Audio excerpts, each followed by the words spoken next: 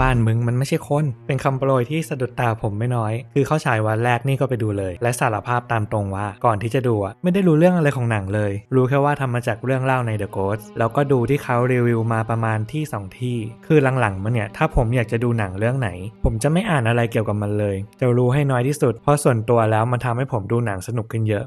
อย่างข้างบ้านเนี่ยที่เป็นเรื่องเล่าผมก็ไม่เคยฟังนะซึ่งหลังจากที่ได้ดูนั้นสำหรับผมข้างบ้านโดดเด่นเรื่องความสนุกคือมันไหลไปเรื่อยไม่มีจุดไหนสะดุดหรือรู้สึกเบื่อเลยเหมือนที่เขาพูดกันนะว่าหนังผีรถไฟเหาะมันเป็นแบบนั้นเลยสนุกบันเทิงแต่ส่วนตัวผมเนี่ยกลับรู้สึกชอบมันน้อยกว่าที่คิดเอาไว้ในตอนแรกเอาถ้าถามถึงความน่ากลัวก่อนบอกตรงๆว่าผมบอกไม่ได้เพราะผมดูหนังสยองขวัญมาเยอะมากจนตอนนี้มันไม่ได้รู้สึกกลัวอะไรกับความผีความเละความอะไรพวกนั้นอีกแล้วแต่สิ่งที่ทำให้ผมรู้สึกกลัวได้ก็คือเนื้อเรื่องซึ่งข้างบ้านนั้นยังไม่ได้ทำให้มีความรู้สึกอะไรแบบนั้นขึ้นมาได้ผมเลยสัมผัสได้แค่ความสนุกความรถไฟเหาะของมันแต่ที่ต้องชมคือ practical effect สภาพศพของผีนะเหมือนมากใครจิตไม่แข็งมีหลอนกลับไปแน่นอน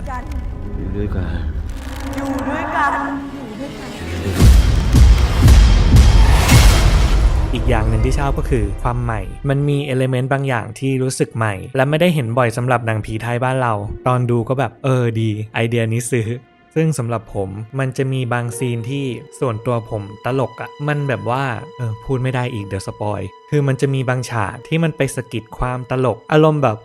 อะไรแบบนั้นไปคือไม่ได้หมายถึงฉากที่เขาจงใจสร้างให้มันตลกนะเป็นฉากนี้เลยผีหลอกเผชิญหน้าลุ้นระทึกแต่ผมเห็นแล้วมันตลก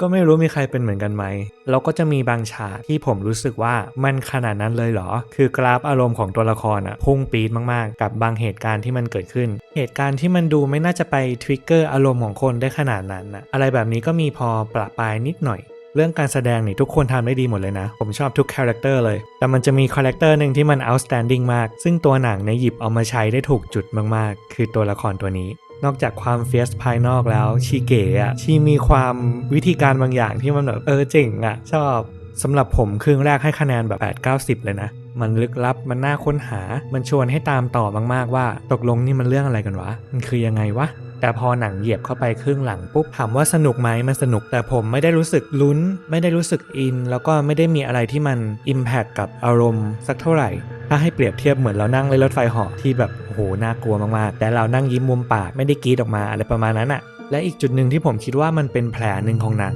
ไม่รู้มีใครคิดเหมือนกันไหมนะคือการเฉลยปมเฉลยคอนฟลิกต์ของเรื่องเป็นจุดที่ผมรู้สึกไม่ชอบจะว่าไงดีคือผมเดาได้ตั้งแต่แรกว่ามันจะเป็นแบบไหนที่พูดนี่คือไม่ได้บอกว่าการที่เราเดาได้ว่าจุดหักมันจะเป็นยังไงแล้วเราจะดูหนังไม่สนุกนะมีหลายเรื่องที่เดาได้แต่ก็ดูสนุกยังดูว้าวอยู่แต่กับข้างบ้านเนี่ยมันไม่ได้มีสิ่งที่เรียกว่า foreshadow คือมันไม่มีหินอะไรเลยที่พอเฉลยปมออกมาแล้วมันว้าวมันรู้สึกเฮ้ยอะไรแบบนั้นอารมณ์มันแบนราบแล้วก็ไม่ได้รู้สึกอะไรเลยสำหรับผมเหมือนหนังยัดส่วนนี้เข้ามาใส่คนดูตรงๆมันขาดความสมเหตุสมผลแล้วกันเอาง่ายๆผมจะยกตัวอย่างให้ฟังเผื่อใครงงสมมุติผีข้างบ้านในเรื่องเนี่ยความจริงแล้วคือมนุษย์ต่างดาวแต่หนังไม่ได้มีฉากไหนหรือตอนไหนเลยที่หยอดลงมาว่าเนี่ยฉันบอกแกแล้วนะว่ามันเป็นมนุษย์ต่างดาวแต่แกแค่ดูไม่ออกเฉยอารมณ์แบบผีหลอกทั้งเรื่องผีไม่มีสตอรี่เลยแล้วจู่ๆตอนท้าย5นาที10นาทีหนังก็เฉลยว่าเนี่ยคือมนุษย์ต่างดาวอะไรแบบเนี้ยผมว่าทุกคนน่าจะนึกออกเนาะมันขาดความสมเหตุสมผลบางอย่างมันก็เลยไม่ได้อิมแพคกับความรู้สึกขนาดนั้น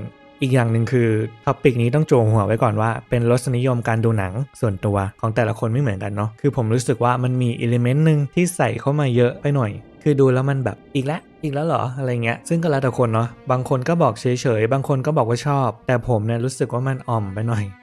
แม่งน่ากลัวอยู่นะพี่พยายามนั่งไหลตายอยู่ตรงนั้นตอนกลางคืนก็จะได้ยินเสียงกลิ่นอยู่หน้าบ้านคุณวินไงครับหน้าบ้านเราไม่มีของคุณใส่มาปักไว้มินคิดว่าต้องเป็นฝีมืออีป้าตรงข้ามบ้านเราแน่นอน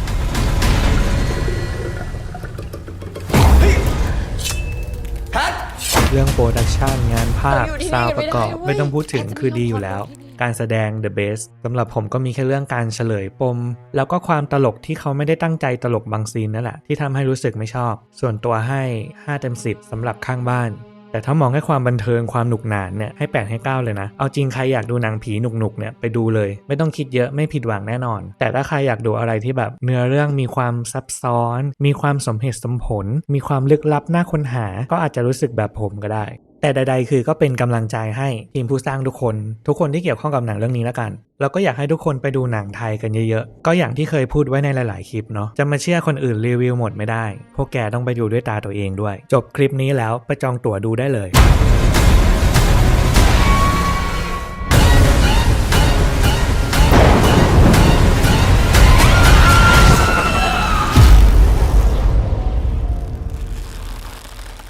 แพทจะไม่มีวันทิ้งวินถ้าวินยอมทิ้งบ้านหลังนี้